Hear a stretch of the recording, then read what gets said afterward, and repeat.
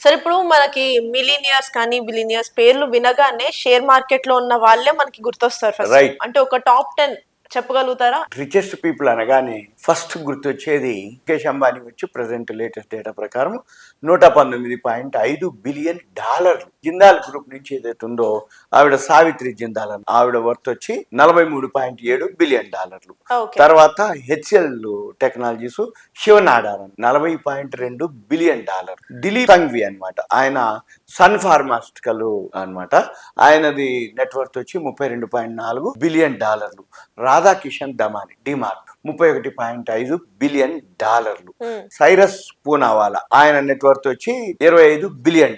తర్వాత కుమార్ బిర్లా ఆదిత్య బిర్లా గ్రూప్ వాళ్ళు నెట్వర్త్ వచ్చి $23 బిలియన్. హిందూజా గ్రూప్ అంటారు, వాళ్ళ యొక్క నెట్వర్త్ వచ్చి $22 బిలియన్. ఇవన్నీ టాప్ 10 లో ఉన్నటువంటి మన ఇండియా వాళ్ళు.